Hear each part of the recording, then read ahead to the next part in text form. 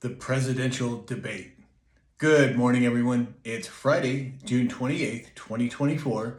My name is Sam Shalhoub, and it's time for your daily dispatch.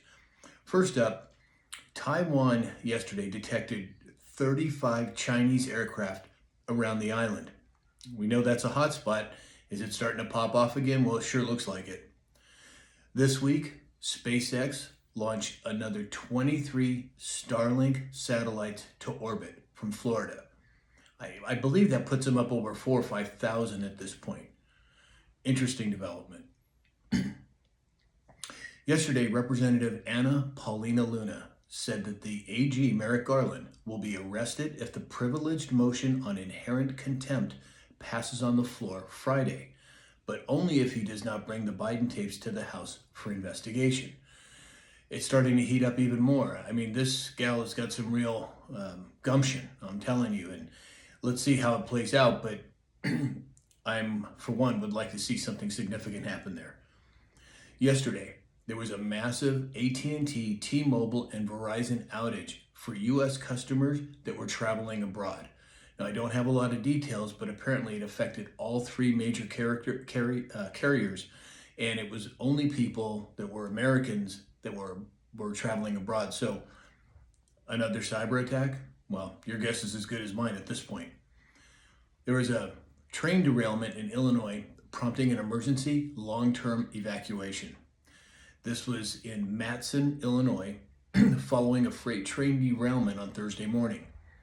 NBC Chicago says local officials posted a mandatory evacuation order for all residents and businesses near the derailment site, which occurred around 217th Street and Main. We're going to start seeing more train derailments? Well, I'll keep an eye on it for sure. Yesterday, Bolivia lifted its ban on Bitcoin and crypto payments, officially making it legal for financial entities. Again, it's my belief that Bitcoin is going to accelerate. And if you want to learn how to buy it or hold it, just go to samshalhoub.com. And then lastly today, let's talk about the debate. Well, I'm a little speechless. I'm kind of surprised that Biden did as well as he did. Well, the bar was pretty low. I mean, he had to be able to get on the stage, not fall asleep, and not crap his pants. Well, we know that 2 out of the 3 happened. Not quite sure about the third one. But in all seriousness, it was a catastrophe for the Democrats and for Biden. They didn't have any live crowds, so President Trump couldn't get cheered on, and I think that was by design on their behalf, meaning CNN. But you know what was really surprising was that the questions, in my opinion, were very balanced.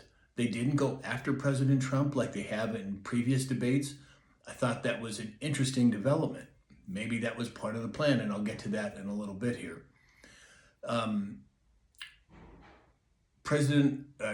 Biden said that the Border Patrol was endorsing him. Immediately after the debate, the Border Patrol came out and said they have not endorsed him and they never will endorse him. Also, CNN and MSNBC were doing fact checks on Biden after the debate, which is simply unheard of, except for the conclusion that I think I've come to. I would have liked to have seen President Trump focus more on the cost of housing and energy and food, but for some reason he seemed to have a more muted approach to the debate. I think he was holding his tongue for a specific reason.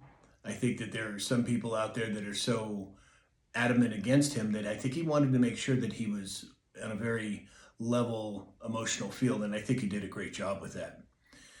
It's clear Biden's cognitive abilities are all but gone at this point, and it's clear that President Trump is as sharp as a tack. So there was another thing that President Trump said. He said, our veterans and our soldiers can't stand him, referring to Biden. And then he said something that I thought was really interesting. He said, they think he's the worst commander-in-chief, if that's what you want to call him. Interesting choice of words by President Trump. Well, you all know where I stand in terms of what Biden is or isn't, but if that's what you want to call him, make of it what you will, but I found that very interesting. And then immediately after the debate, what happened? You had CNN, MSNBC, Politico, Democrat pundits, all of the mainstream media essentially saying that it was a terrible performance, that Biden should step down, that all these things, he's got to go. To me, this was a setup. I didn't really see this part coming. I thought it could have happened, but it seems to me that they are priming the pump for a change of the nominee. Now, whether they're going to wait till August, till the DNC, the national convention is done, and then they don't have to go through all of the rigmarole to get another candidate in there. But it was very clear afterward that he had to go based on what the left was saying about him. Now, that poses the question, well, who are they going to put in there? We've talked about this many times. And I can't say for sure, but I can tell you this. There was one person that was at the debate yesterday that kind of surprised me in some senses, and others it didn't. It was Gavin Newsom. He was there. We can't allow him to be president. I don't think it would happen, but who are they setting up for this switch? Well, I'll keep an eye on it and let you know what develops. But at this point, you guys tell me what you think. Maybe my perceptions were off. Maybe I didn't catch certain things. Send me some comments. Let me know what you're thinking. And let's keep this discussion going. So that's all we have for today. If you'd like to support this channel, go to samshalhoub.com. And in the meantime, I hope that you have a great day, and we'll talk again soon.